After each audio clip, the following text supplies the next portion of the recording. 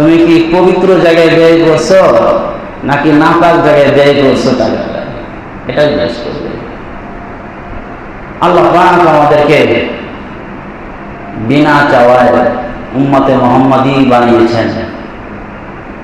আল্লাহ পাক আমাদেরকে বিনা চাওয়ায় বান্দার যা কিছু দরকার সবকিছু 24 ঘন্টা দিচ্ছেন।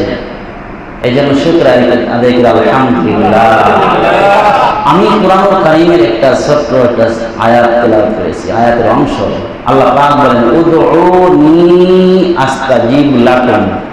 আল্লাহ পাক বলেন আমাকে ডাকো, আমার কাছে চাও, আমি তোমার ডাকে সাড়া দেব। তাহলে ডাকতে হবে কাকে? জোরে বলেন কাকে? আল্লাহকে। আল্লাহর কাছে চাইতে হবে, আল্লাহর কাছে প্রয়োজন বলতে হবে, আল্লাহকেই ডাকতে হবে, আর কাউকে ডাকা যাবে।